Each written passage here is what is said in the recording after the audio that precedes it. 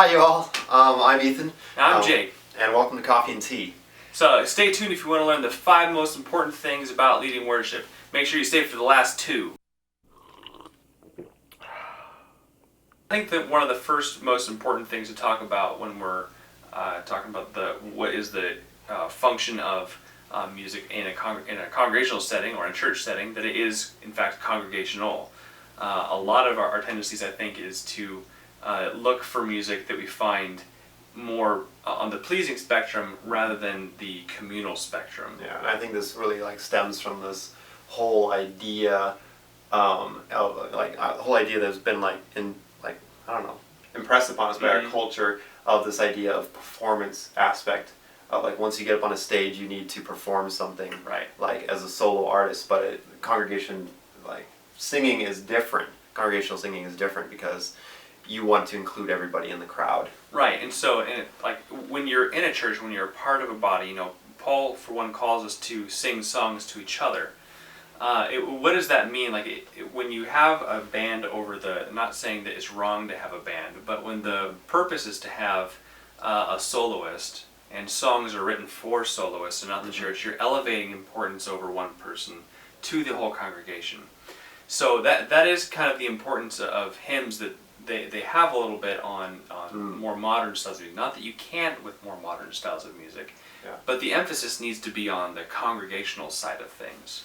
Yeah, so Paul calls us to be singing to each other, and if the music is meant to be for a single person to show off their moves, and not that it's bad to have talent, because God gives us talent, but it's important that we make it about worshiping God in a community, because we're a family.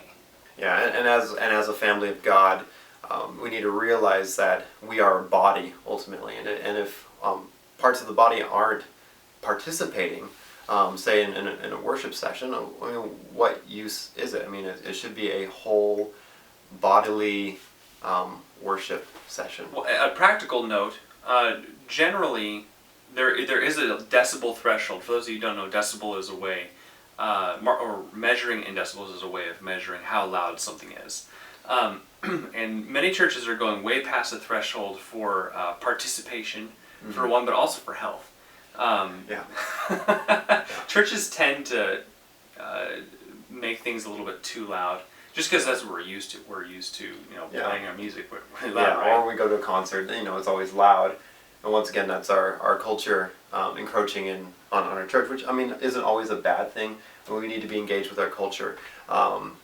One thing with this is, we do realize a lot of people out there are in house churches, and you're in a third world country, maybe watching this. I don't know, maybe you are. I know that's possible now, but we realize that some of you guys can't, measure the decibels and stuff like that. But just as a rule of thumb, especially for churches that have sound systems, lowering that decibel level to where the whole congregation can participate in the worship and actually, be able to hear themselves sing, as well as for health reasons. Not blowing your eardrums out, which is, I think, an important thing. Which is a very common thing.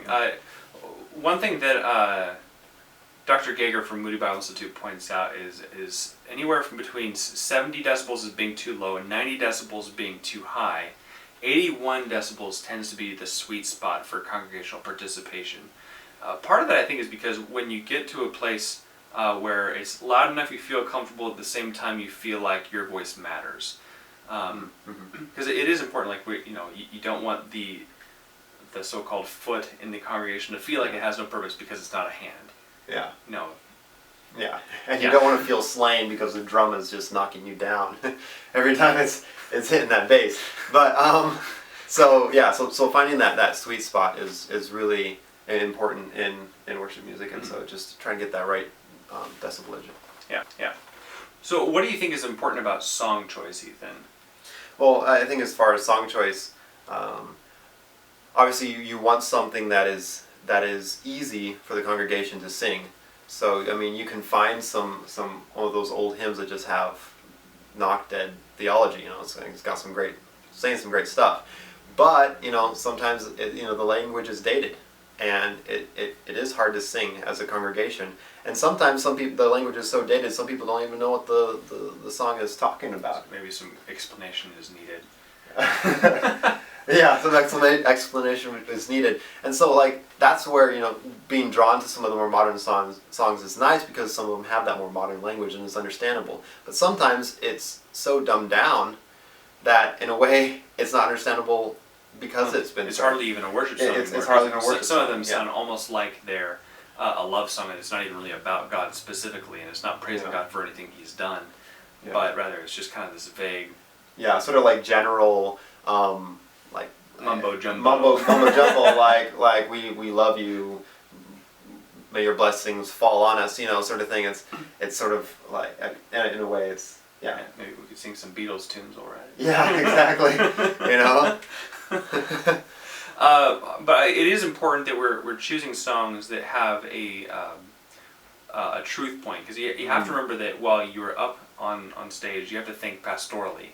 Or maybe it's not a stage, maybe it's just in front of the church or whatever.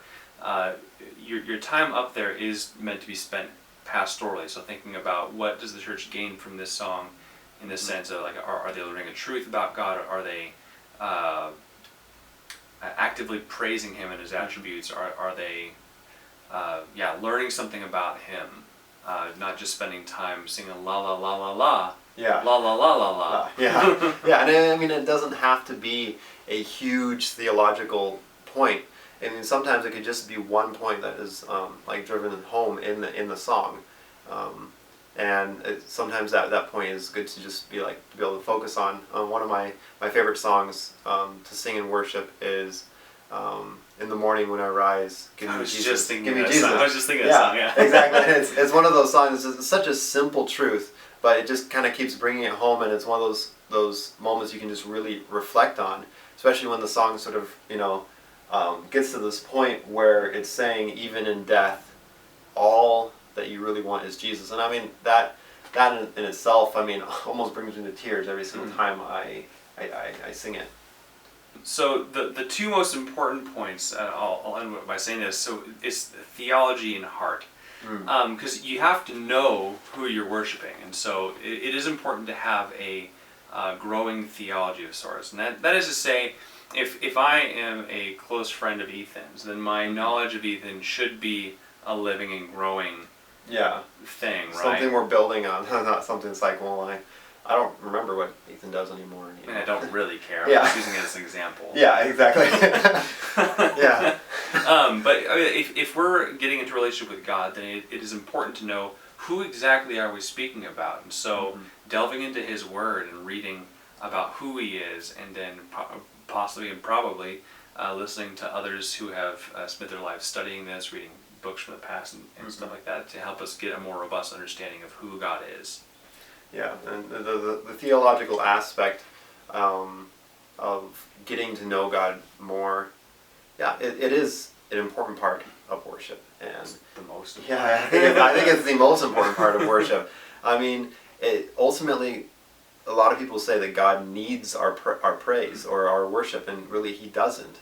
Worship is, in a way, yes, it's something that we do unto God selflessly as an outpouring of ourselves, but in a way, it's something that is directly, comes back to us as a way of focusing our hearts and ourselves on God. And then the final point, I hesitate to say it's the most important, but it's definitely linked with this last one, is that the heart behind it. Yeah.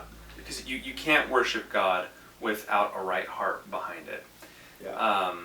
That doesn't mean that you have to have a perfect white heart through and through in yourself. Yeah. That means that you have to have a heart that is seeking to know God and not being hypocritical in your approach. And of course that takes God working in you, and it's not something that we're going to be perfect in, but it is something to strive toward. Is your heart right before God? Yes. Yeah. So I think that the biggest point that I think of is you know that there's people that go up on stage in church and they're not seeking to know God. They're up there because they're musicians. One of my biggest concerns is when people go up to the stage to lead worship, are they coming up with a heart that wants to know God and wants to lead people to worship God? because this isn't like, while worship and music have a lot to do with your feelings, you're not the one that is pushing people toward Christ. The Holy Spirit does. And so how do you facilitate an environment where that's possible? Where that's possible. Is your heart right before God, and are you able to lead others into that kind of place before God? Yeah, and we know that, once again, we can't come before God with a pure heart, a completely pure heart. We can try, we can pray for the Holy Spirit to help us to get that spot, but we find a lot of the best psalms in the scriptures were written from a place of sin or of desperation, and it was a point like after sin, being completely, yeah, just like totally desperate after needing God's forgiveness. Yeah, and in a way, writing the psalm or singing the psalm was a way of bringing that person's heart back to that place, and that's so important. And but if you're not the sort of person who is willing to have your heart brought back to that place, and you're just going up there for the show, or you just want the attention, you're probably, maybe not in the right place. Your heart's not in the right place to be going up there and helping lead worship, because once again, like, it's not about that. It's about not helping the Spirit, because it's just being obedient, and then hopefully the Spirit will show up. Yeah, it's a matter of how does Christ work in His body. Yeah, you're a part of it, but you're not the one that's doing the work in itself. Yeah, it's all anything that's good is coming from God. Yeah. But anyway, thank you guys so much for listening to us today. If you have anything that we missed, let us know. We're still. I like to think of us as people that are learning about these kinds of things. I don't think either has claimed to be masters of theology. No, we're not experts on it. So if you have disagreements, or if you have anything you want to say to us, please let us know in the comments below. Click, comment, subscribe, like, share, all that good stuff, and have a blessed day. Yeah, Talk to you later. Thank you so much for listening.